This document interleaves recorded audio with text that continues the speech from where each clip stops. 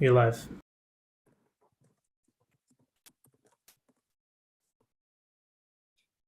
Thank you everyone for joining us for this panel as part of the Scholar Strike Canada 2022. I would like to start by acknowledging that I'm speaking to you from the unceded and unsurrendered territories of the Algonquin Anishinaabe Nation. And I acknowledge also that others who are gathered with us virtually from Mi'kmaq to other territories find themselves in territories of First Nation Métis or Inuit people or Métis people or Inuit. We acknowledge that Indigenous peoples are the caretakers of the land, that their mere existence is defiant of the genocidal project of the Canadian state, that Canada is a settler colony which existence is predicated on the ongoing colonial, anti-Black and otherwise oppressive project which uses genocide, apartheid, and racist, cis-heteropatriarchal, abolish, and other structural and systemic forms of violence to eradicate Indigenous peoples and steal and exploit their land in unsustainable and harmful ways. We acknowledge that the prison industrial complex is a colonial tool in the genocidal toolbox of the Canadian state. Case in point, Indigenous women, Two-Spirited folks, Indigenous trans folks, and other First Nations, Métis people, and Inuit forcibly confined in penitentiaries for women now constitute 50% of the prison population in those spaces, despite making up 5% of the population, or not even. Indigenous folks in urban spaces are constantly attacked by the police who commit state violence against them in a systemic, deliberate, and organized fashion. They beat them, further displace them, confine them, injure them, and murder them. The colonial state makes the oppressed disposable. Carcerality actually was created by the colonial state and is still used by it on Turtle Island to control, confine, dispossess Indigenous peoples and to enforce the bondage and the anti-Black terror deployed by the racist state on people, on Black people brought by force from Africa. The entire injustice system, for example, the past system, the death penalty, RCMP, and modern policing and prison, curfews, deportations are some of these examples of these anti-Indigenous and anti-Black systems. Indigenous peoples on Turtle Island alongside Black peoples have always led the struggle for the conceptualization of and the practice of abolition since the colonizers and enslavers deployed their violence upon them. They always seek decolonization and liberation. Like Angela Davis points out in her book, Abolition Democracy, the tools that were invented to oppress Indigenous and Black peoples, and I paraphrase, of course, in so-called North America, are now deployed against classes of criminalized peoples alongside identities such as gender, religion, class, citizenship, disability, and so on and so forth. In making this land acknowledgement, I extend my solidarity to Indigenous peoples on these Algonquin and Anishinaabe unceded and unsurrendered territories and beyond, and to Métis people and Inuit in their struggle for decolonization, land back, and self-determination. Thank you to all the organizers who put these webinars together. And I just want to introduce myself very briefly. My name is Suhail Ben Sliman. I'm a former prisoner. I use pronouns they, them. I organize here with some folks in CPAP and in other spaces in the abolitionist struggle, anti-police and anti-border work. I welcome everyone. Thank you so much to Scholar Strike and to Toronto Prisoners' Rights Project for putting this together. The purpose of this webinar is to center, prisons and prisoners and situate them within the struggle for abolition. Over the last several years, the violence that is police has come into sharp focus following the countless police killings of Black, Indigenous, and racialized people, These deaths fueled a very public discussions on the need to defund, disarm, and dismantle the police. Often missed in these discussions is the demand to abolish prisons. To break through the silence, incarcerated people have put their bodies on the line while in the belly of the beast to shed light on the horrific conditions inside. We know that at the best of times, prisons are hell, but during the pandemic, conditions have gotten so much worse with extended lockdowns, canceled visitations and programming, medical isolation that is really just not segregation, and so many more things that we've heard from incarcerated kin in the name of public health. While we're talking about abolition, these next few days, we wanted to refocus the discussion on the immense contribution that our incarcerated kin who are with us here present live and formerly incarcerated kin who are with us here tonight, and those supporting their loved ones behind bars, and also acknowledging the revolutionary past of prison organizers in the struggle for liberation, such as George Jackson, Mumia Abdul-Jabbar, and others. So that being said, I'm gonna introduce the panelists who are present. Thank you folks for coming through. First on the list here, I have my pleasure to introduce my friend who the last time I saw in person or just saw, we were locked up together actually in the same space. And that's when I left and he was still there. Christophe Lewis is a parent and activist, a community leader and writer who has recently brought forward a case against prison guard at Millhaven after receiving video footage of them brutally attacking him in 2012. Thank you, Christophe. Randy Riley. I have the pleasure of introducing Randy as well. I knew about Randy's activism while he was still incarcerated out east and during the Burnside protests that were organized with folks and that were supported by the radio program that he was one of the people who created. So Randy Riley is a prison activist, writer, and community leader from Cherrybrook, Nova Scotia. As an organizer, he led the Black August prison strike in 2018, and he has been active in campaigns about jail phone costs, religious rights, and labor. Thank you very much for joining us, Randy. Next on the list, folks, I have Glows. Thank you, Glows, for being here. I have the pleasure of introducing you. Glows is an artist and poet. They are supporting their loved one inside, and they are a member of the Toronto Prisoners' Rights Project. Thank you for being here, Glows. Next, I have my friend, Vanessa. Vanessa Farrow is a writer and poet and activist and a mother and a member of the Criminalization and Punishment Education Project. I have the pleasure of introducing you. Vanessa, you are a very strong person that I look up to a lot. Thank you for being here with us. Next on the list, last but not least, I will introduce Kion Farrell, who's an artist, a writer, and organizer. He's one of the founding members of Migrant Detainee Support Coalition, Midesuko, formerly known as the Toronto Organizing Committee, and is a member of the Toronto Prisoners' Rights Project. Kion, really good to have you alongside us and to link those struggle of deportation and criminalization and that. Without further ado, folks, I'll just share with folks how the panel is going to go forward. I'll have questions and folks for panelists. I will address panelists in an order because happy birthday, Randy. It's your birthday and I know you gotta go. But I'll probably like start with Randy in the questions so he can give us his answers, and you can leave at any time, of course. I wish you a happy birthday and happy celebrations.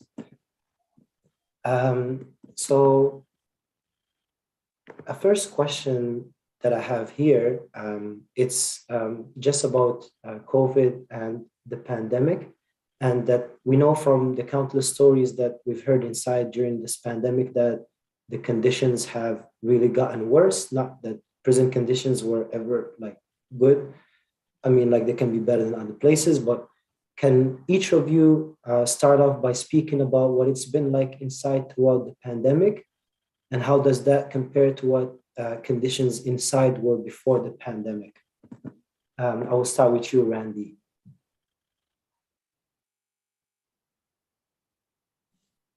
You seem like you're muted, Randy. I can't hear you.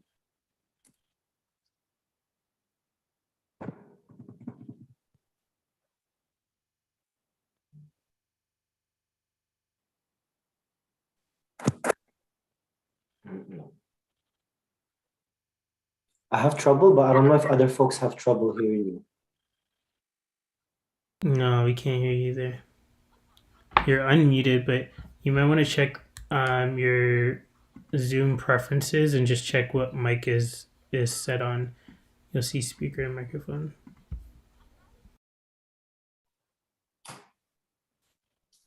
How about that? Is that good? Yeah, we hear you. We hear Okay. you. Everyone can hear me, yeah? All right. In relation to conditions, during the pandemic, I was incarcerated from 2013 until just last year, 2021. So I was there, like, for the time from the beginning up until just last year, actually. So I would say, like, in relation to condition wise, there was a lot more segregation time, a lot more units locked down, so a lot more free time was restricted due to contact with other people, so there was a lot of restrictions placed on the majority of institutions here in the East, that's for sure, I would say. So things got a lot harder. Family visits were removed for quite some time, programs, a lot of things like that, so the jails were kind of completely shut down for months on end. Yeah, thank you, Randy, for that. If you want to develop on it, you can take the time to do so. And other folks, if you want to jump in as well on this question, either I can tell folks who want to speak, or folks can unmute themselves in that regard. So, okay, I see Chris unmuting. Do you want to go? Yeah, sure. Go. I'll go. No doubt. You can hear me, right?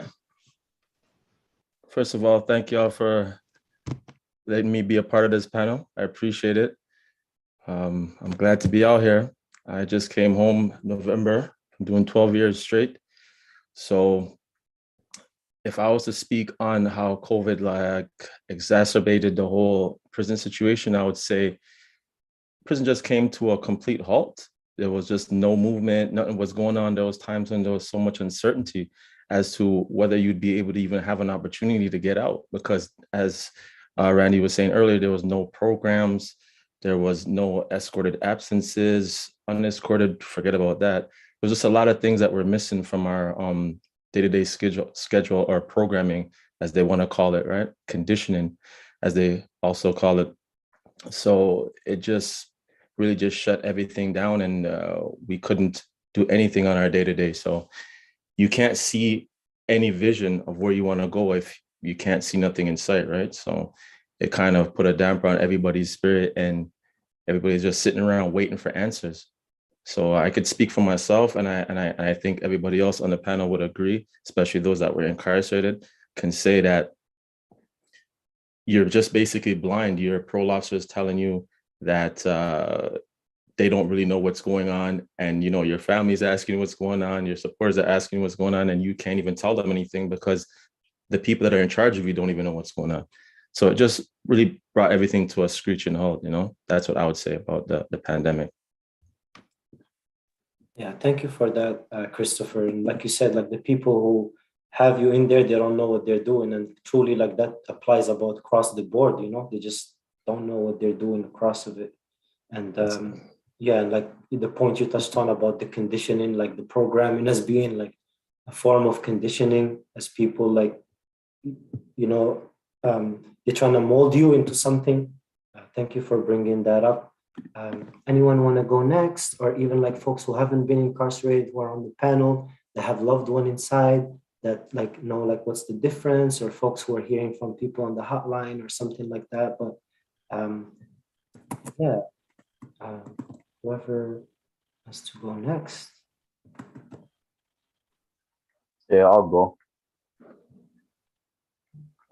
So I'll just share that when it comes to being incarcerated, recently, well, before I even start, thank you for this opportunity. Let me start there.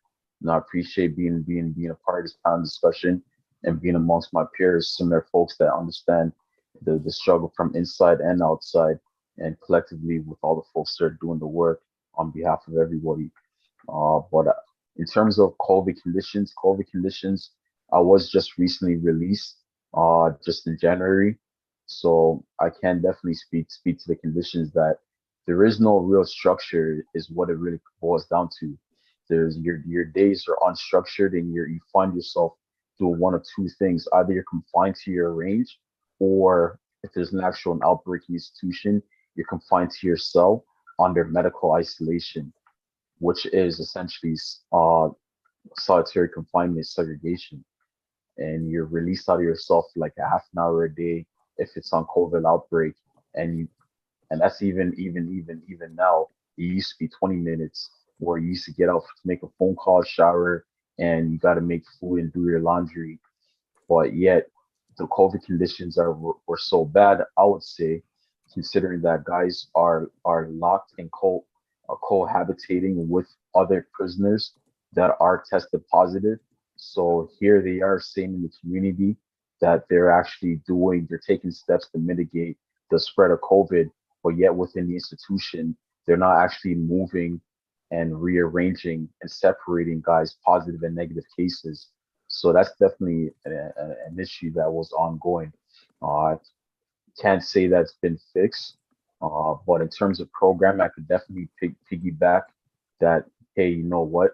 Programs are non-existent, especially when we have program officers saying that because programs is considered the program teachers are not considered essential workers, therefore programs is not considered an essential requirement.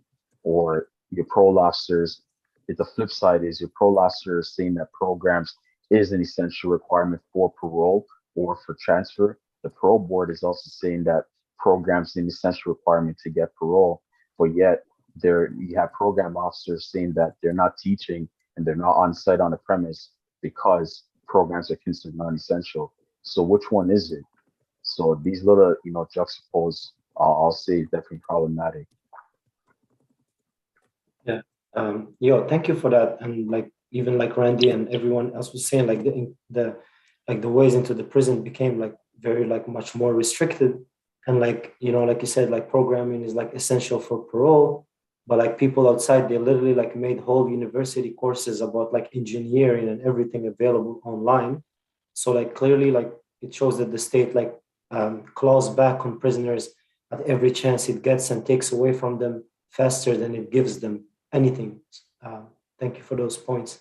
Does any one of you, Vanessa or Glows, want to go? I could go. I can't speak to how, I could speak based on me answering the hotline of how it was during COVID. The last time I was incarcerated was 2015. But from when I was incarcerated, a few places, but the place I spent the majority of the time was OCDC in Ottawa. And the conditions there were horrendous, to say the least. We didn't have access to cleaning products ever. Very unhygienic. The doctor was just like a joke. It was just very filthy and unkept and just disgusting. So when it came to COVID, from me answering the jail hotline, hearing like based on what I heard from people calling, it was even worse. I heard complaints about them receiving used masks. I know I've seen the guards give us used razors. So they were, continuing the very unhygienic filthiness that they were doing before, putting too many people in the cell, putting people together who, like, there was a time when I was there pregnant and I got a reaction to a TB test. And then I started getting really sick. They put me with someone who was coughing all night. I kept telling them, this woman's sick, she needs to be taken out of here. And I'm like, look at my arm, I'm reacted. They're like, oh, it's fine, don't worry. And I was released and just had to go straight to emergency. And I didn't even know how far along I was because I hadn't seen a doctor. And I was 6 months pregnant and I had pneumonia and had to be hospitalized. So I can't imagine if you're in there with COVID, what they would be doing, because this was how it was before. I know that there was complaints of short staff. So then again, no programs. And it was like that before, where there was often no programs, no yard for days, no visits if there was no staff. And even when we did have programs at OCDC, they were like, basics, which was the equivalent of a playhouse course for 5-year-olds, or painting our nails with volunteers, or like just anything to just get out of wherever you are, the little space that you are, to go to another little space like a few feet away. And so that was already like nothing, and they took that away, the nothing that people already had. And yeah, sometimes like just having a visit or having a letter, mail was delayed. I've heard a lot of people saying that it took like months for them to get mail. And yeah, because of all the lockdowns, no access to the phone, people couldn't arrange for bail. People couldn't speak to their lawyers. Lawyer visits were getting canceled because of short staff. So yeah, it was already bad. So it really went from bad to worse. Yeah, thank you for that. Thank you for that, Vanessa. Rose, if you want to go on this question as well. Or... Yes, I can speak on supporting like loved ones in both the provincial and federal. There's a sense of hopelessness, and it really amplified during the pandemic. There are times when I'm witnessing my loved ones' mental health deteriorate, and they start to speak on self-harm, they start to speak on ODing, and I wouldn't hear from them maybe for weeks. Some of my loved ones, I still haven't heard from them yet. Some of them, I just recently in contact with them, and their mental health has gone down the drain. And even they were mentioning having to choose to call their loved ones or to even get their hygiene. And they're also mentioning there are times when they're short of staff. So all they hear is lockdown, lockdown, lockdown, lockdown, lockdown. And even the times when I hear the cause, I'm hearing the mental health of the other comrades. And the violence has increased, and I'm hearing it. So it was going to a boiling point, and the pandemic really, really amplified it. So as like a loved one supporting, you don't know what to do. There's no way to really contact them. And even if you try to reach out to them, the staff just gives attitude. They always have, but like now it's just more like, it's more intense. As if they're not humans. And now they're just finding reasons to even say that, dehumanizing them. So it also affects the community and outside too. It also affects the loved one's mental health too, because you don't know if you're going to get that call or that one knock on the door.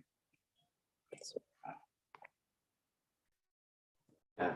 Thank you, Glows, for sharing those very moving testimonies, and also power and solidarity to you in your support for your loved ones and in life in general.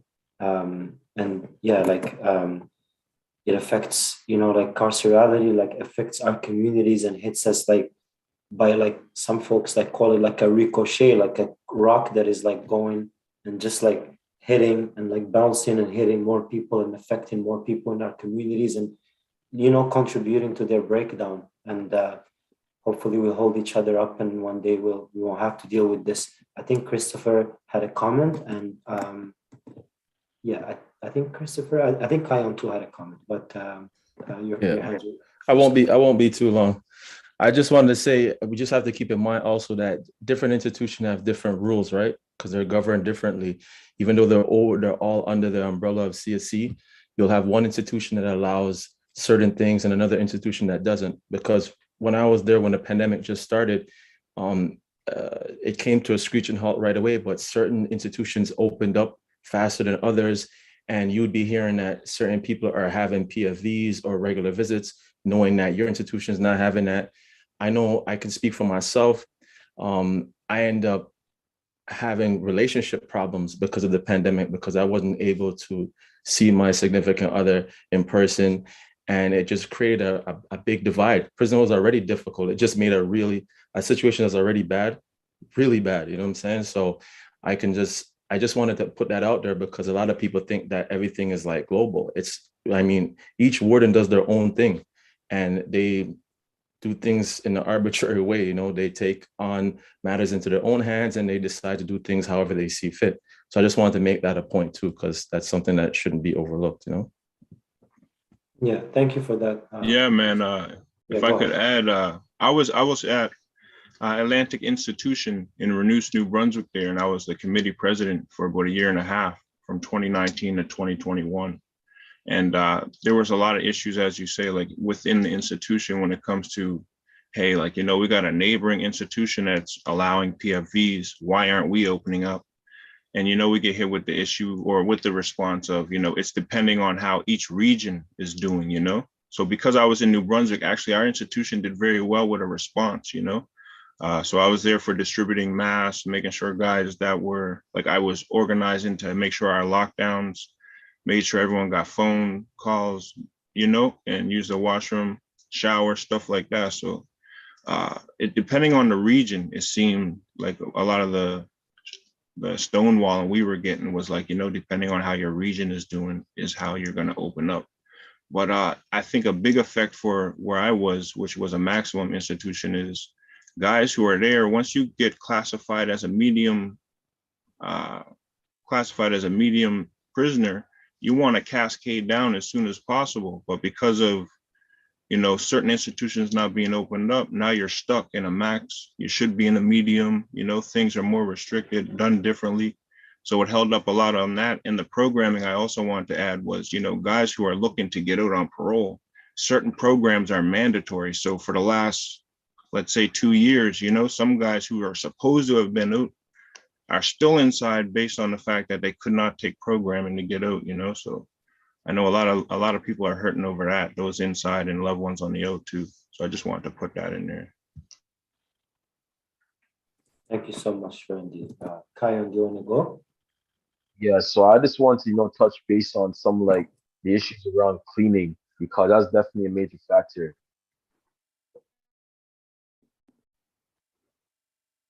Yeah.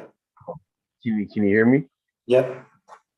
So when it comes to cleaning, there's definitely issues regarding supplies where you're in the middle of a pandemic and you're not getting cleaning supplies. You're being told that you gotta wait off 9 days before supplies are redistributed because it comes every 2 weeks is when supplies are given. So if you run out of supplies and you're saying, hey, I need a new bottle of bleach or disinfectant, they're saying, well, we don't have any.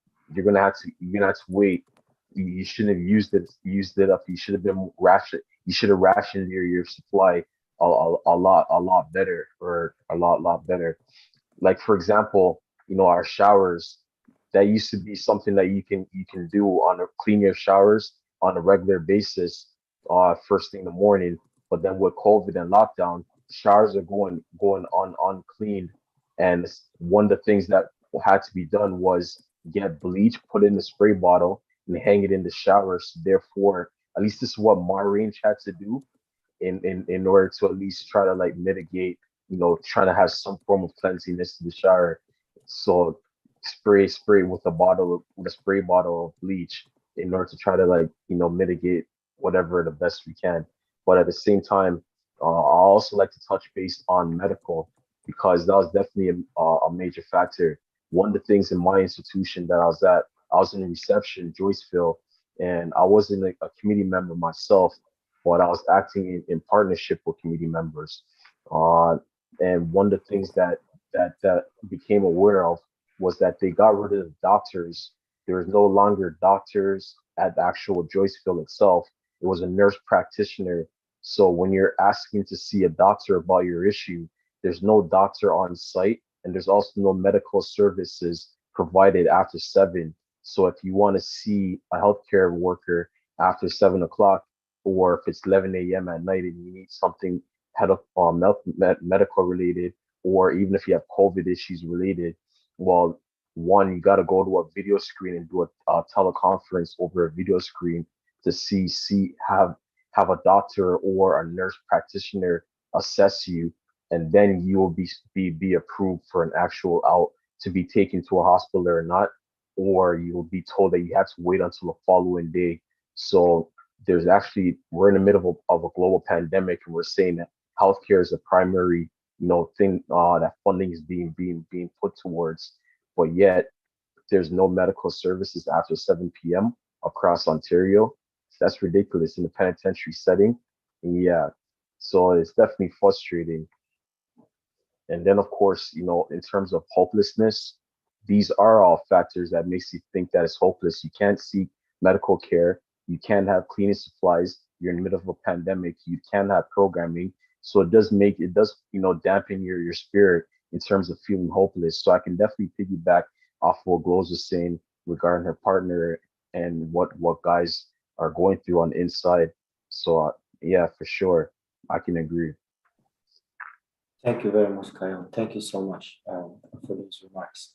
And I think it's a good way to transition to our next question, because because folks already starting about organizing inside and stuff, and also the title of the panel is all prisoners are political prisoners, and it just works, and all of you have been organizing outside or inside the prison system, in fighting against the prison system. Do you mind talking a little bit about what it's been like to organize inside or with loved ones who are on the inside? Randy, do you want to go in first? Yeah, sure. On organizing, as being a part of the committee when I was in the penitentiary, a lot of organizing comes out of that. So writing proposals, getting petitions from guys to see if we can get things changed, one thing that I took part in just before I was released was we did a fundraiser for family renovation of the family homes for PFVs, so sometimes you get stonewalled with stuff like that because I don't know, it seems to me that the institutions, the few that I have visited, they're just not really big on anyone organizing against the status quo, so to say, and I find in the provincial setting, any type of, because there's no committee for Nova Scotia anyways. There's no provincial committee system for the people incarcerated. So any type of organizing to say hey, we need more airtime, or we need, better clothing, more sizes that clothes that actually fit people, I come in when I was first arrested in 2013, I wore 3XL and I was 150 pounds for 2-3 weeks, everything 3XL. So those are things that just shouldn't happen. It just, so organizing to get better clothing, but it's why should we even have to do that anyway, but yeah, that's what I would add. In relation to organizing, I would say it's sometimes you get stonewalled and you get shipped out to different institutions, guys that it seems like they're trying to move and shake, and they'll ship guys out as opposed to hear out what the issues are, Yeah, no doubt. So if what I would say about mobilizing in prison, it's difficult because you start to become they typecast you as like an instigator. And once you get that label on your back, I mean, they tear you down every chance. Once they put that in your paperwork, then you're really messed up. You know what I mean? So you have to really be careful when it comes to all that, because when you try to put people together or bring people together, irrespective of your position, even if you're a committee member or whatever have you, especially if you're a committee member. That's why I never took those jobs, because those jobs come with a lot of baggage on your back, to be honest with you, because you have to appease to the population, the prison population, and you have to somewhat appease to the institution. Because if you don't, then the institution is going to take you out your position. And sometimes they'll just play dirty. They'll tell prisoners that, you know, you're this type of person when you ain't. You know what I'm saying? So it's a difficult job to have. And I say the rewards are they don't outweigh the I would say the pros don't outweigh the cons, you know, because at the end of the day you got to appease to so much people and it becomes difficult. I've seen that throughout my bid, you know, and I think that's something that needs to be known, because we can't mobilize in prisons. They'll, as he was mentioning earlier, guys get shipped out for that, you know, just for trying to put together a petition to say like, hey, we want this, we want that done, creating proposals. And then they make it seem like you're stirring up problems, when essentially all you're trying to do is just get things done and appease to, you know, your population. So it's a difficult thing to try to mobilize while in prison. Yeah, thank you, Christophe, for pointing to all of that. And like, I feel like I agree to some extent, and also like, you know, like that's why like the folks who go out of their way inside and mobilize against the prison, you know, they, you know, often like, you know, like they have my love, you know, and respect too, because like they go out of their way in order to like, you know, like resist the prison, and like they have like increased punishment, right? So that's why like prison organizers must be supported from people on the outside in order to keep them safer from the attacks of the prison. Is anyone, folks, want to like go on this question around like organizing with folks inside or on the inside? Kayon, I see you unmuted. You can go ahead, and Vanessa after. Yeah, so I'll definitely share when it comes to organizing on the inside. It's definitely a headache for sure, because it's a fine balance that even for myself specifically that I had to walk. One, in order to not be transferred out of the institution or be marked as inciting or instigating or putting institution security or jeopardizing institution security. Under those grounds, they can now move me or consider classify me at will under whatever banner, just because I'm simply trying to advocate for better treatment or for human rights, you know, our prisoner rights.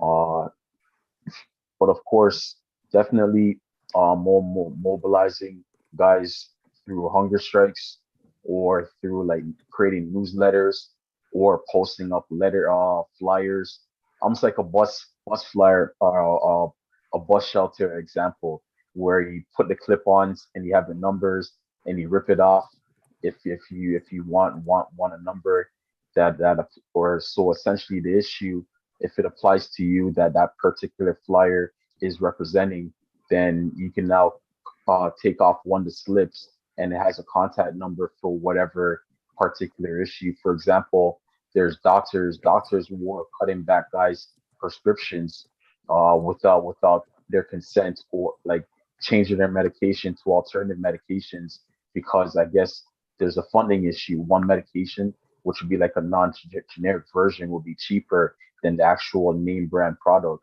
But then, of course, guys don't know these differences. They just simply know that medication's been changed, or they just cut off their medication altogether. So, with that being said, we end up finding out how we can call the College of Physicians of Ontario and register complaints with the department instead of going through CSC's internal complaint department, which is very problematic within itself or goes unheard. So those are some of the clip-ons or flyers or newsletters that are talking about parole. You know, guys, what trends they were seeing taking place at the parole board regarding decisions during COVID. You know, if guys were getting released without programs or not, and what was the parole board members, what was their responses. So pretty much just gathering information from guys that got positive decisions from their parole hearings, and then trying to relay that information in a newsletter, so therefore it can be, you know, broadcast to the greater population at Joyceville, which only had a population of only around 300 plus. But of course, one of the issues when I say walking a fine line, considering not just for the institution and what the institution can do, but also walking a fine line trying to gather support for issues in particular, because I was not a committee member, so I don't have the authority to walk around throughout the institution to get this, to explain what the issue is and actually get back folks to sign on board to one particular petition in example. So I had to work through the committee members, but then of course are having issues themselves. So they can't, they also have a fine rope that they have to walk, considering how they're going to broadcast the information and how they're going to get support. But of course, their committee members aren't usually the greatest direction to go when it comes to getting issues heard, because they usually have a self-serving interest in not jeopardizing their status. So therefore, they can go to lower security or gain parole inside the medium institutions. Maximum institutions are different. So in the medium institutions or even the camp institutions, is definitely you gotta be very, very, very careful of what committee members you're actually reaching out to, because majority of the time they're usually chosen and placed by the institution. So in actuality, when you think your issue is being heard, when you bring it to these specific members, it's really not. It's actually being heard by the institution first before it's actually getting broadcast to the greater population. So essentially, some community members could be used as moles. So that's kind of, you know, a pushback against that. Thank you for sharing that incredible organizing that you folks have been doing. Appreciate it. Yeah, those are like some very good strategies and a lot of work you folks seem to be doing out there, lifting a lot of heavy weight and stuff, which is good. Yeah, I would like to add, yeah, man, in relation to what you're saying about committees, man, you got to make sure you have someone that's really for the people, you know. Where I was only for my one unit. I was on unit 1 in Atlantic Institution, and I only represented them. All the rest of the populations were classified as different, you know, like we were, you know, they got Gen Pop, you know, so it was different. Majority of the institution was outside of what we were. But, you know, usually for us anyway in the East, the position is granted to someone who is voted in by the people.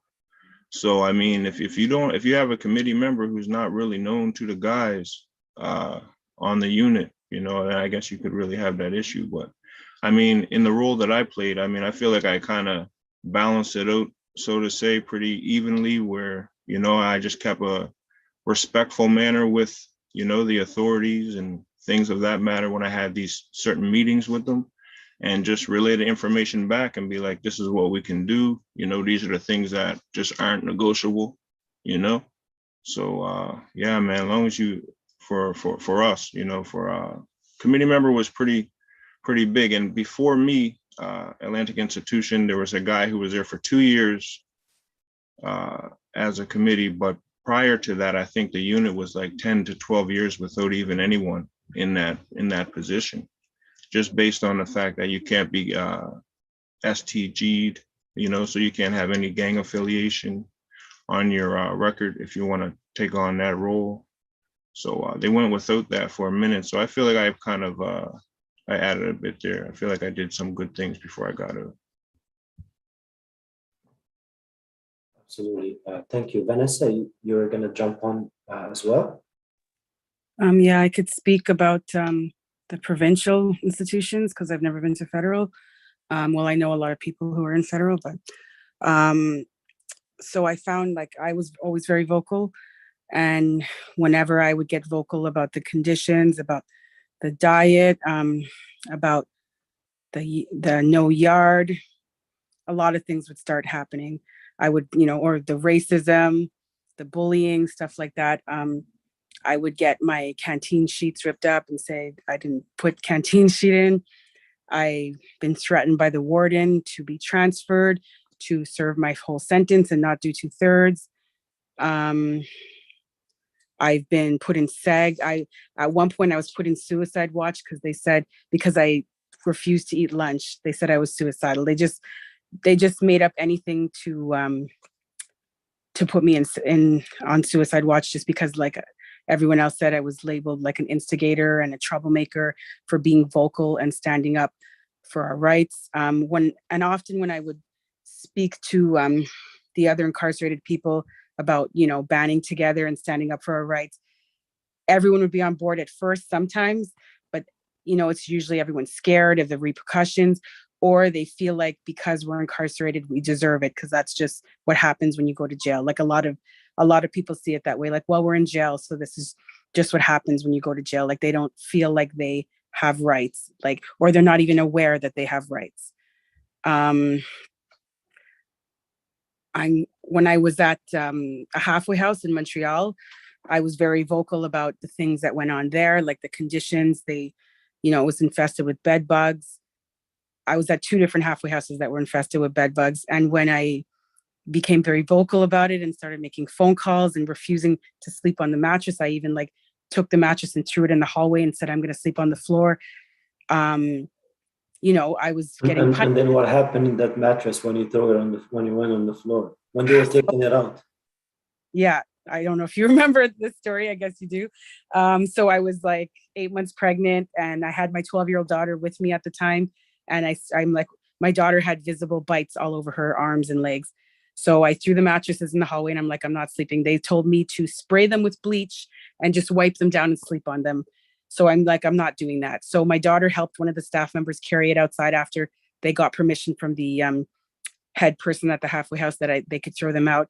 And it got caught in the frame of the door while going outside and ripped.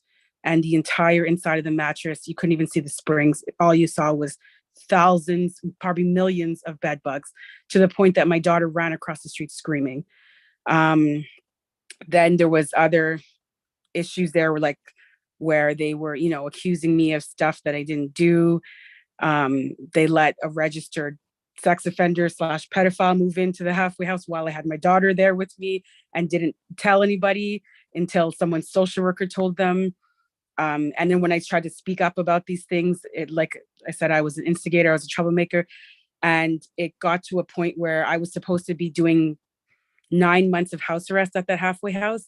I think I was there maybe 3 months. They wrote me an excellent letter at court to serve the rest of my sentence at home. But then when I started seeing my probation officer at home, the 3rd visit, she said, I was expecting a lot more trouble from you, from the letter I got from the halfway house.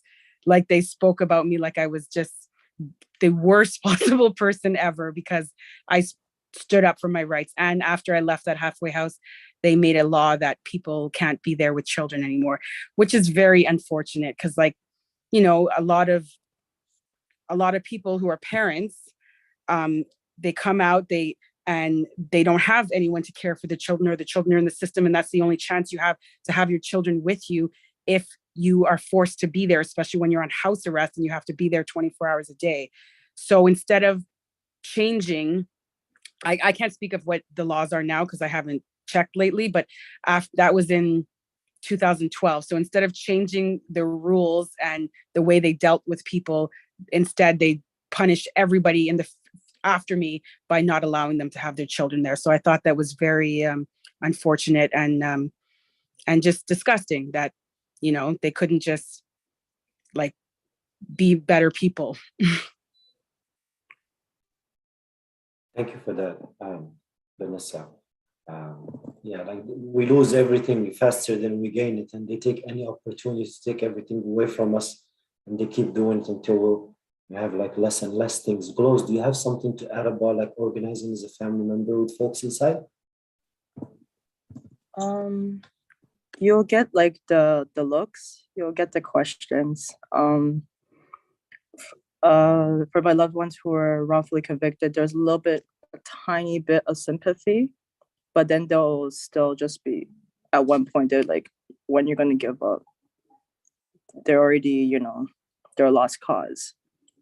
So for those who are, for my other loved ones, they already treating them, they don't treat them as humans at all. So they'll usually try to talk me out of it. They could say you're wasting your time.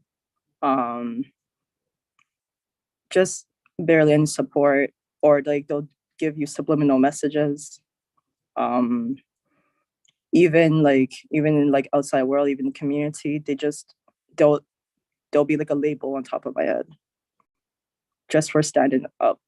And I have loved ones who are more vocalized, but of course there's a risk of them like won't be hearing from them, the visitations, all sorts of like excuses to not be able to see them or even hear from them. And then there's the loved ones who they're scared. They're scared. And they won't even like tell me what is going on. They'll try to tell me like the codes and stuff because they don't want to deal with the repercussions. So I would have to like read between the lines and take a guess. And like sometimes like I will get a little bit nervous even speaking up for too much because I don't want to be the reason for them to be flung into the hole and all that kind of stuff. And yeah. Thank you for that. Thank you for that, Los. Power to you and power to everyone who's supporting their loved ones inside. I don't know how we're doing for time.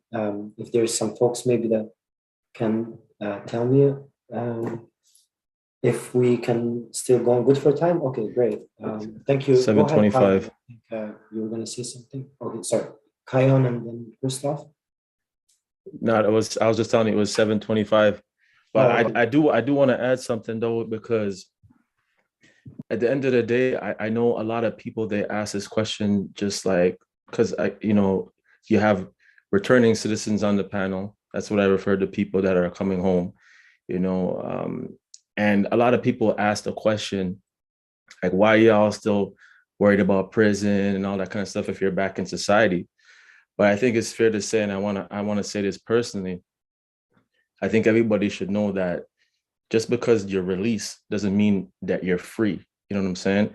So for me, even when you're speaking earlier and you're talking about, me being released, I don't feel released. You know what I mean? I'm still in the halfway house right now. And the halfway house is just an extension of prison, of incarceration. And I feel the ramifications of that every day.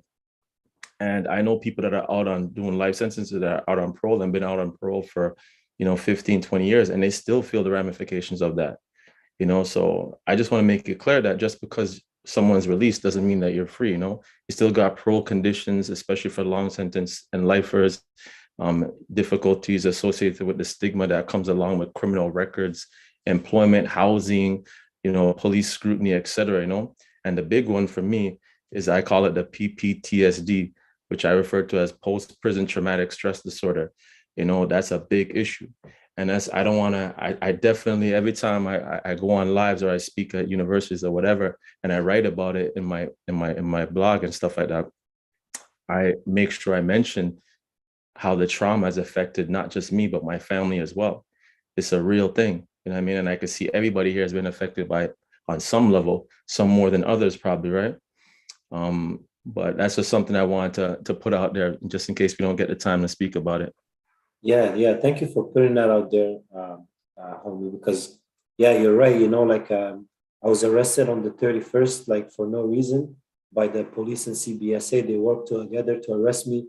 And then they came to my house and they searched it without a warrant. And I'm on immigration conditions, and I felt like I'm still in the cell, I'm like, these people, they can just come search my own house without a warrant. And they used to do that to me in jail too. Every time they used to do that to us, so we're not free. We're not free. We're far from being free. So thank you for adding that. Kion, you're about to say something. Yeah, so I was gonna share it definitely when it comes towards, getting searched at random. Uh it just intimidation factor by the institution when it comes to using the search for it. So there's a scenario that took place where the officers came into our unit one day looking for alcohol, which is homemade brew. So they're looking for this homemade brew and they're using the pretext of searching, but really it was just a way to go into, I believe, my cell, being somebody that was organizing against certain actions the institution was doing. So after they left, a lot of guys noticed that there was like soiled footprints on their beds. So they realized this was in multiple cells. So then we then brought it to the officers' attention, try to get the officers to like give us new sheets for the officers' conduct for inappropriately stepping on beds and soiling it with their footprints and their dirty footprints. And mind you, the context, we're in the middle of COVID. So how is it that you're going to be performing your duties in such an inappropriate way in the middle of COVID?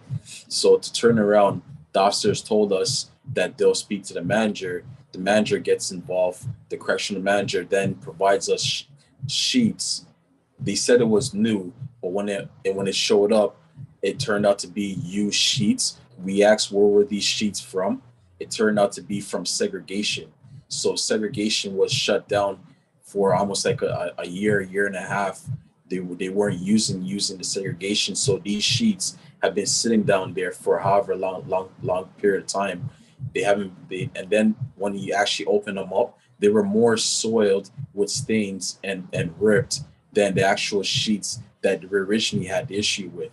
So then when we asked for it to be replaced and be provided new ones, we had the issue with that. So then collectively, that kind of was like a tipping pot for the range to now go into a full-out hunger strike to one, raise issues regarding our living conditions, not just from the officers' conducts, but also to raise issue regarding transfers. Transfers were suspended. Some transfers took place, others just stopped all of a sudden. So it was too sporadic. There was no real consistency. So guys were just languishing programs. Guys were asking for get a timeline what was taking place with programs. Guys would then turn around the hunger strike. So in total, the hunger strike that took place, it only lasted 5 days, 6 days. But the point of the hunger strike was to bring attention to our living condition. And it all started from the officers stepping and soiling our sheets. So it just goes to show that the most simplest things that one would think are simple, but to others is very more meaningful. So knowing that your bed is your sanctuary, it's your safe space. So if you don't even have your own living quarters as your safe space, then what do you have when you're within the institution? But to climax, to wrap this up, then this issue, in order to resolve the hunger strike, the warden, assistant warden got involved in order to negotiate a resolution. When we now find out, we bring the issue to the assistant warden, let them know what the issue was. The assistant warden then tells us, "Oh, that's my husband, the correctional manager, and he wouldn't say that those sheets were from segregation." So we're like, "Wow, isn't this at a conflict of interest? You're here for an issue, to represent an issue that your husband, as a correctional manager, created. Is this not a conflict of interest?" So sure enough, everybody, the assistant warden, deputy warden, and like the four of the inmates at the meeting, we kind of like looked at each other and kind of went silent. Then the deputy warden steps up and says, "Well, what can we do to resolve this?" And then he's like, "All you guys want is just new sheets in order to resolve this issue for the time being." We're like, "Yeah, that's definitely a start." But just to show, what is taking place, within the institution in the middle of COVID. Yeah. Yeah, thank you so much for showing folks like how those like processes of like organizing inside work. And I think there was a last question, but I think like folks around here like answered it by talking about how they organize with folks inside. So they talked about the backlash that they received from the administration. So I'm gonna maybe take the liberty, like for example, like folks were here, like they told us about how, you know, like from the like small interactions that become harder, like Vanessa was pointing out, and others, you know, like from those small interactions with guards, and they make your life hell and whatnot, until like more like a bigger, I guess, like zoomed out way of looking at the backlash, by looking at the backlash on the families and how the families see the backlash on their loved one and experience it, and how folks as well were talking about how the prison is not, you know, the prison, it is not the only site of violence, that people, even after they come out, that they are still facing those, the violence and such. Maybe I'll hear from, maybe, I think Randy didn't touch on this point that much, but can you talk a little bit about like the backlash that you received as an organizer? Yeah, sure. I was first arrested in 2013, and I wasn't convicted. I was on a first degree murder charge, and I was convicted 2019. So I spent a good 6-7 years in provincial institutions for reasons such as, you know, firing a lawyer, like, you know, weeks before trial. Then it takes another 1.5 years just to get a trial scheduled and to find a new lawyer. You know, so I went through a lot of issues with that. But as I was saying, the organizing in the provincial setting is more, I wouldn't say dangerous, but like risky, because, you know, it's easier to just have you shipped out to a different institution within region, within your province, as opposed to, I find in the federal system, you know, you have, if you're just organized, like you have the lifers group. For us, we had a BIFA group, which I think is more of a national thing for Black inmates. We had, then we also had the committee. So like these are actual positions and roles held by people incarcerated that the institution somewhat respects, I guess you could say, you know? So like in holding the role as the committee, if you're bringing up issues, you know, they're not going to be so quick to ship you to a different institution as, say, in a provincial institution where they don't have such roles, you know, and you're coming off as, you know, an instigator, as they would like to label you. It'd be easy to ship you to a different institution. So, you know, it's definitely very, very difficult to raise issues in the provincial institution as opposed to federal, for sure. And Randy, do you want to just very briefly, before I go to Vanessa, just talk about like, you know, the use of like habeas corpus and stuff like that you folks like did, and like how even like the courts had like a backlash on like the habeas corpus process. I'm not sure if you were involved in that, but I knew that Elle and like some other folks like from the Burnside were involved in it, like going to court to against the lockdowns and stuff like that, and how like the court started making the process even harder until like finally like a case was won and stuff. Yeah, so there was a group of, I think, 7 of us who filed a habeas corpus in relation to a lockdown that we received due to renovations at the jail. So we were held in our rooms for like 23 hours. And usually this is a tactic that the institution will use if you do something wrong. But if, you know, no one's done anything wrong, 23 hours a day is unconstitutional. So they have a paper that you can file to the court directly called the habeas corpus, which we did, stating that, you know, we've done nothing to be held in these conditions. And what the court will do is, or what the jail did actually, because we had such a large group, we had a protest, I think a month or 2 before that, Black August, I think that was 2019, maybe 2018, 2019. And so we had a 2018, right? Yeah, I think, yeah. Yeah, 2018. So we had 3 local up and coming lawyers who represented us pro bono. So we get into the situation where up until our court, we file our habeas corpus. I think you have like 48 hours before you can be brought into, like within 48 hours, you should see a judge. We come in with these lawyers. The day before our hearing, the institution releases the lockdown. You know, so then you wake up, you go to court, the judge is there, they have somebody representing the institution that will speak on the stand. And once it comes up, oh, are they still locked down? No, they've been released yesterday. Oh, okay, well then this issue is resolved. Send you back. And during this whole little protest and COVID thing that was happening, guys would get back, and then within a week or two, you'd be locked down again. And then you could file, and then once you get up, they open it again, right? So with the 7 of us, our case was mooted because the lockdown was released. But one of the 7 of us decided to appeal that moot situation, and the lawyers that were pro bono for us, like they were like, we can't afford to do that much work. So this young man by the name of Maurice Pratt, who's still being held in Collins Bay Max right now, much love to him and the brothers up there. He represented himself on the appeal down here in Nova Scotia, and he won his case in representing himself. So I think what it changed was something to do with what the institution can do in relation to how the habeas corpus is filed and when it is, and when the lockdown is released. So it did change some things. I'm not exactly very precise on exactly what it was, but he did wonders for us with that. And that changed some things down here. It made some volumes in the court system for sure too.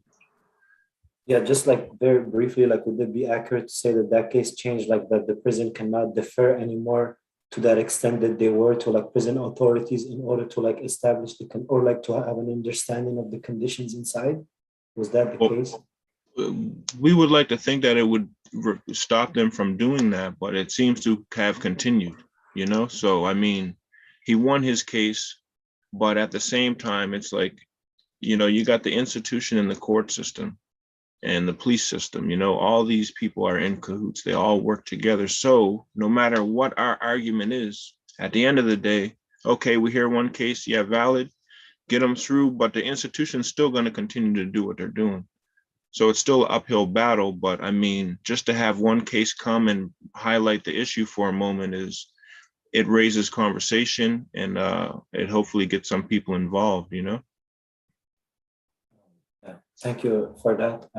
Vanessa, if you can go as well. And then like, I don't want to limit your time, but we're still coming to the end, which is 7:45 of the panel. Please go ahead, Vanessa, and then we'll ask folks how we can support them and stuff. We can go over a bit. So, okay, we can go over a little bit. So we're good. I wanted to add on to what I was saying earlier. I was just thinking about the last time I was incarcerated, I was doing weekends in the Hull jail in Quebec. And, I was sleeping on the floor, like the mattress on the concrete floor next to the toilet. The toilet was leaking water. I'm in the cell the whole time I'm there, from Saturday till Sunday. No access to the phone, no access to the showers, not allowed to bring a book, no paper, no pencil, nothing. And one of the last weekends I did, they put 4 of us in one cell. And the cell was so small that only one person could lie down, and the rest of the 3 of us had to sit up and lean against the wall and sleep like this against the wall, sitting up. So after a couple of hours, and I'm going to point out that I have never been a drug user, but I had to take sleeping pills to get to those weekends. Before I went in, I had to take a whole bunch of sleeping pills because I lost my daughter in 2016, like she passed away, and it was shortly after that I was there, and to expect me to sit in a cell on the floor with no windows, no access to the phone for 2 days straight is, you know what I mean? I'm thinking awful thoughts. And so this is what I had to do. So to get through that. So I'm in there, and, I barely take Tylenol. So the sleeping pills, there's times that I was falling over during the strip search. It was so bad. So I don't know how long I was sleeping, sitting up, but I got up and I was like, we're still in here like this. So I started banging on the door. I'm like, this is a violation of our human rights. I had enough. I'm not sitting in this cell where I can't even, there's not room for 4 people in here. One of the women that was in there with us that day had severe mental health issues, and she was just screaming and, peeing in a styrofoam cup, like in in this small little closet that we're in and just stuffing our food down the toilet. And anyway, all these things were happening. And there was no toilet paper. So the guard comes in and throws the toilet paper at us and it bounces off my head. Then they're telling us to shut up. And we were there all day until the night like that, where we couldn't lie down. So, you know, by that night, I was like, I had enough. I'm calling the warden Monday. What's your name? I had enough of this. Like, you guys aren't going to get away with this because I'm going to make all kinds of phone calls when I go home on Monday. And I didn't even get to. They called me at home on Monday and told me I don't have to come back for my weekends. So once again, instead of fixing the problem, they just said, don't come back here. So I just wanted to point that out. I was just thinking of that. And it was like more or less the same thing that the halfway house did. Like, here's a great letter of recommendation for you to go home instead of fixing, you know, the way we're treating people and what we're doing. Yeah. Yeah. Sorry about all that stuff that you went through, Vanessa. And yeah, beautiful ways and like solid ways that people organize inside and trying to like get what's theirs. And, you know, like you said, like hopelessness, like people don't care about us. They don't give a fuck about people who are criminalized and they just want us to die. So the system is just doing whatever it does best and whatever it's designed to do. Power to you folks. Christophe, you were going to say something? I think Yeah, I know. you were going to say something too. Okay, I'll try to make this quick. I don't know if we're gonna have time to touch on the Millhaven assault and the officer being charged, but I'll try to touch on that in a bit. But if we do have the opportunity, but I just want to say, as I alluded to earlier, you know, I feel blessed to be a part of this panel, coming from where I was, you know, just 4 or 5 months ago. We all went through adversity. Clearly, you know, whether it's through supporting a loved one or being incarcerated yourself, you know, and through adversity, triumph is usually born, you know. That being said, while I was incarcerated, there was some eye-opening epiphanies for me that took place. And one of them was the fact that prison just doesn't work. You know, it doesn't rehabilitate.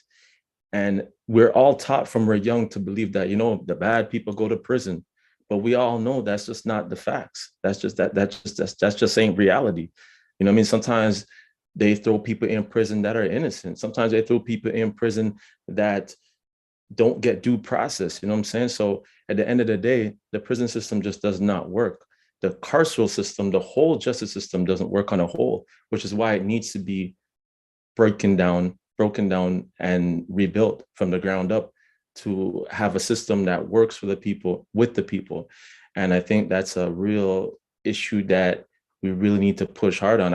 First, I wasn't a person that really pushed hard on this because I was brainwashed to think that the system would somehow work, but it doesn't.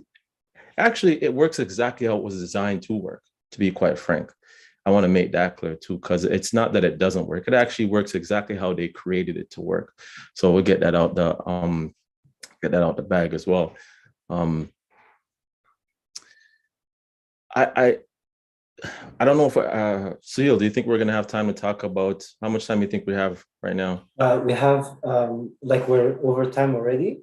Yeah. But I was gonna at the end just do some housekeeping and point to the ways, or like point people, if you folks can point people to the places where they can like follow the organizing and like learn more about like what you folks are involved in and stuff like that. Would that like be okay, Christophe? Yeah, so that's, I mean, I could just jump and just put out my publications right now if you'd like. Yeah. So I would say people can reach out to me at freedomsamust.net. It's a blog that was created by me and one of my colleagues while I was incarcerated. And that's a segue for me to say people need to support people that are incarcerated, you know, through different channels. I have a kind of a little phrase that I coined, or an acronym that I call it a DSD. So people can support people through drive, support, and discipline, which is a much needed thing. People need drive for their self-worth. They need support from their family members to be able to feel like they can do the time.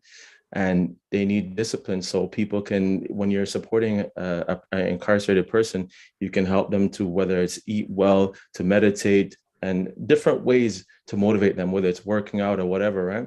because we have to support each other through drive, support, and discipline. That's the main thing that I want to push out there.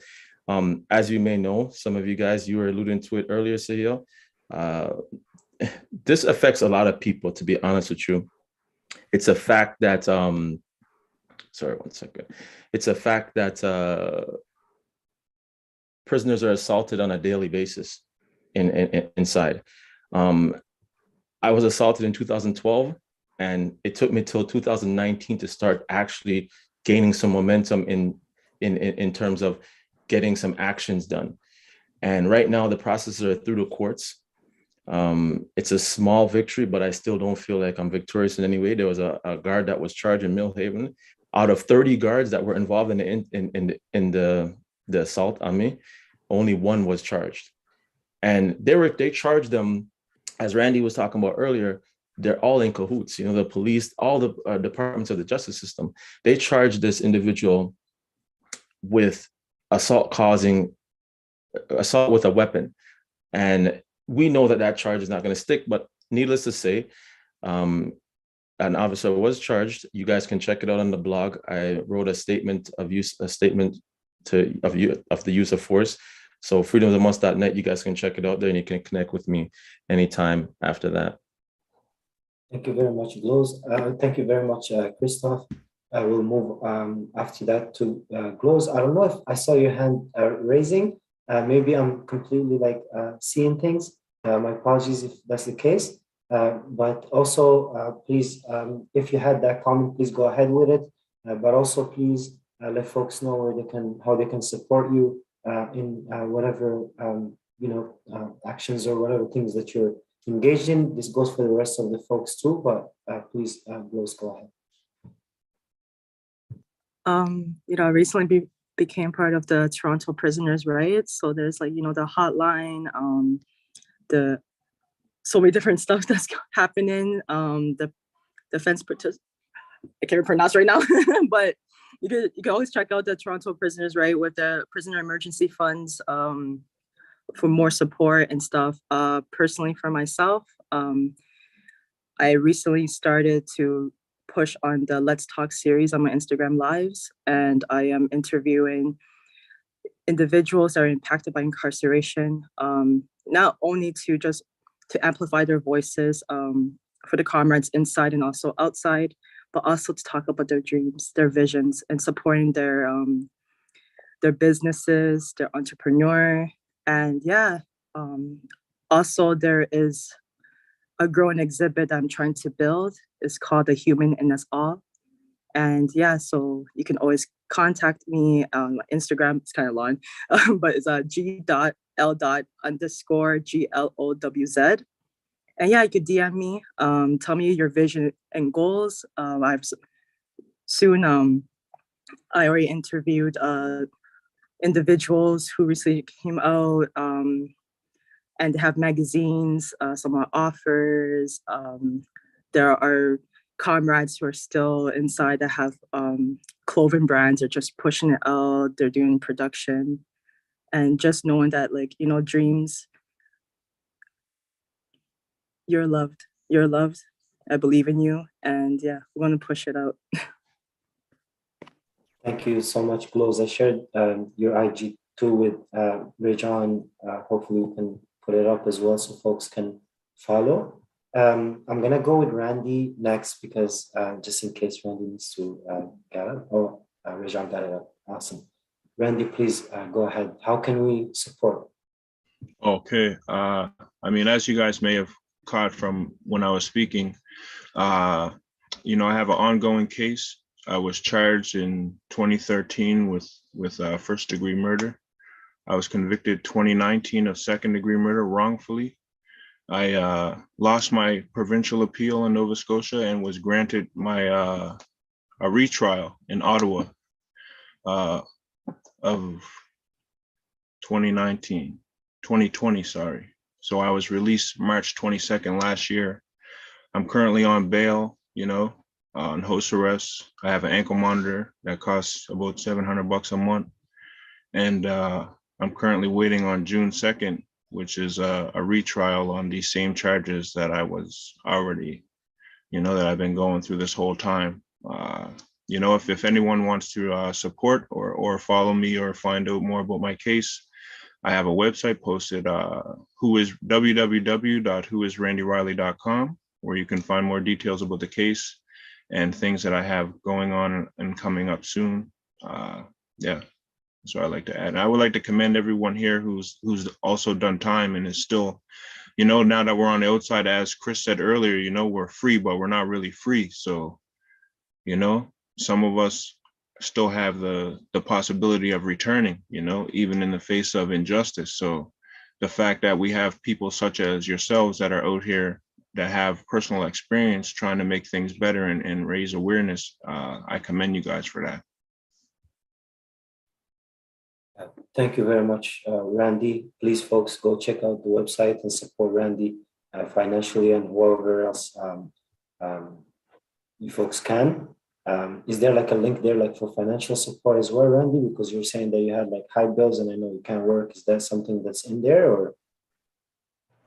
I think there actually is somewhere where people could donate if but it's optional, it's not really asked of, but it's just an option there to help with issues and upcoming expenses possibly, Thank you for that. Thank you. Whoever wants to go next, either Vanessa, Cam, whatever, whoever.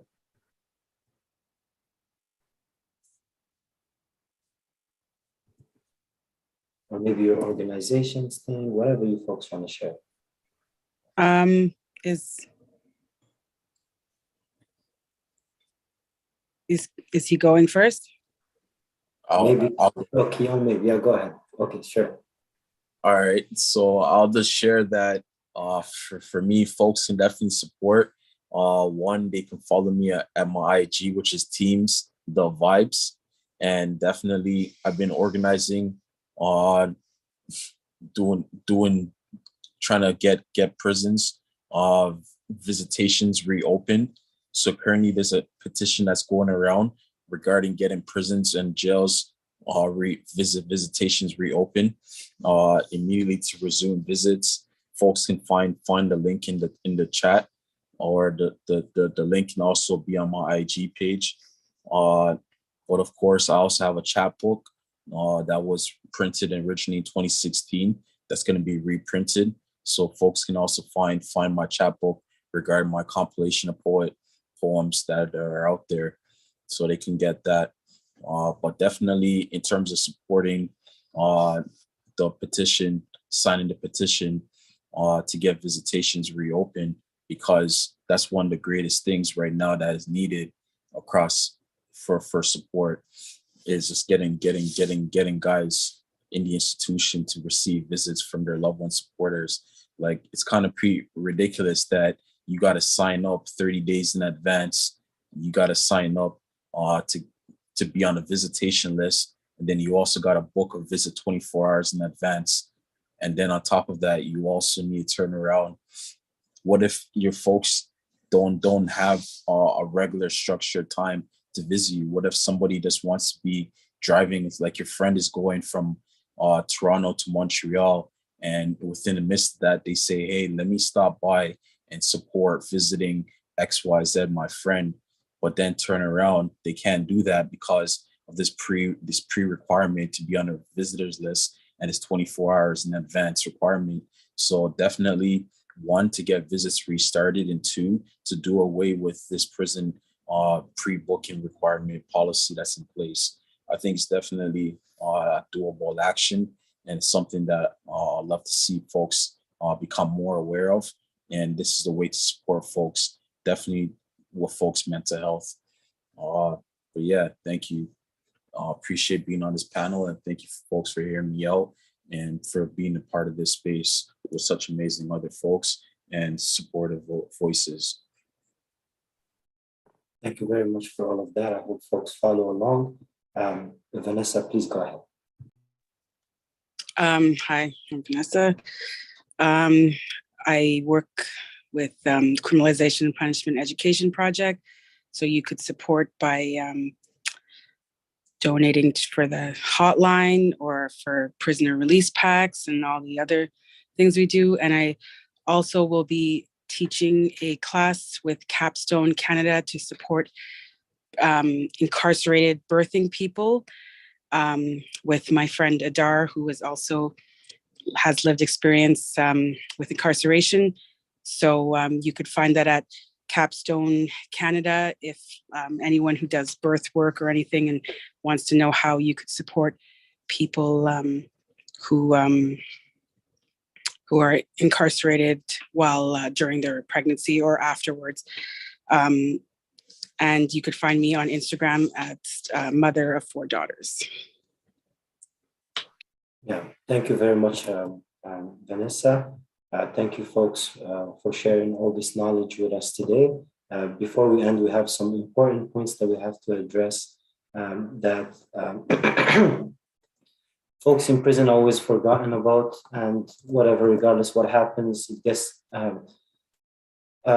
swiped under the rug or swept under the rug, and like nothing happens. And I just want to remind folks and the folks from the Toronto Prisoners' Rights Project, there has been made aware of reports of mysterious deaths that are happening in Maplehurst Correctional Center on February 23rd, 2022. It has been reported by loved ones inside of those inside the current prisoners at Maplehurst that 4 people have died in Maplehurst in 2022, and over 11 people have died in the past 4 months. 11 people died in the past 4 months. Please take that in for a second and think about that, and think about the fact that nothing's happening.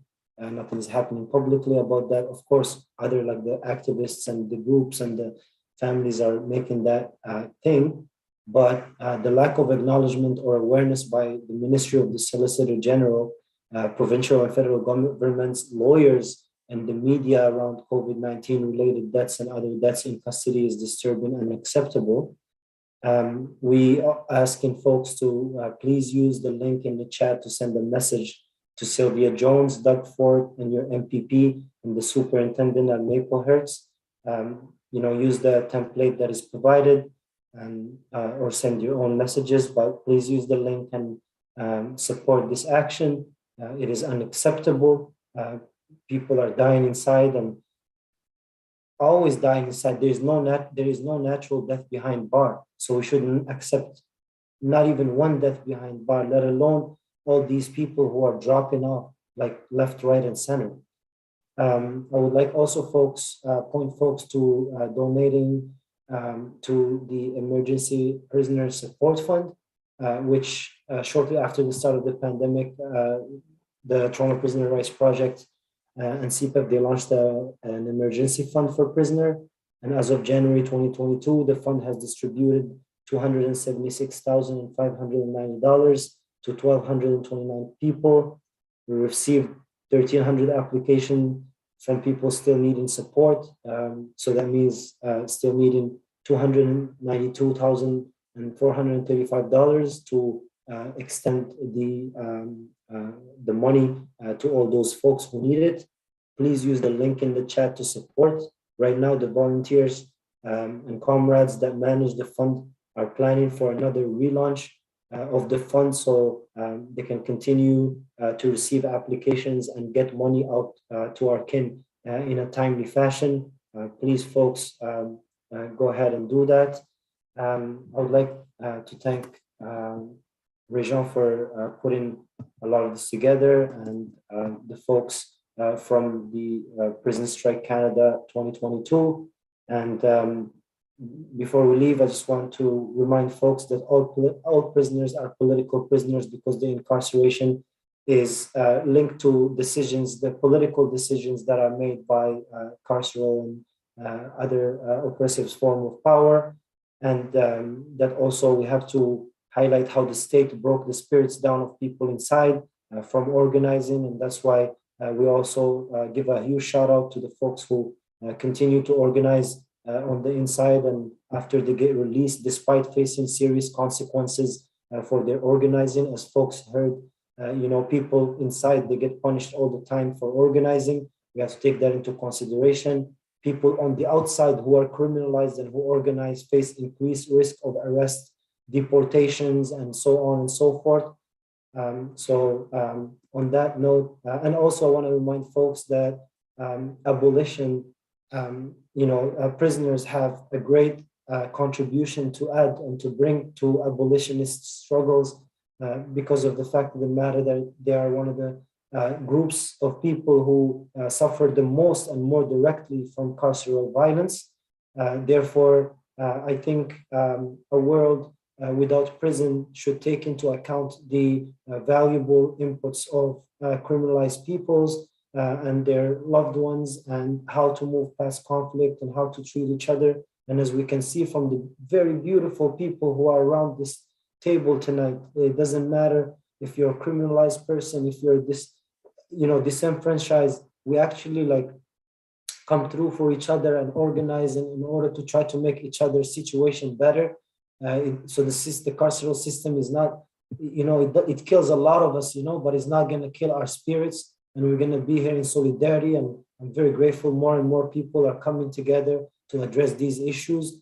And hopefully we have abolition in our lifetime and live to see a day where there is no violence waged on no one and everyone is safer. And we live in decolonial and liberated futures. Power to you, my friends. Take care.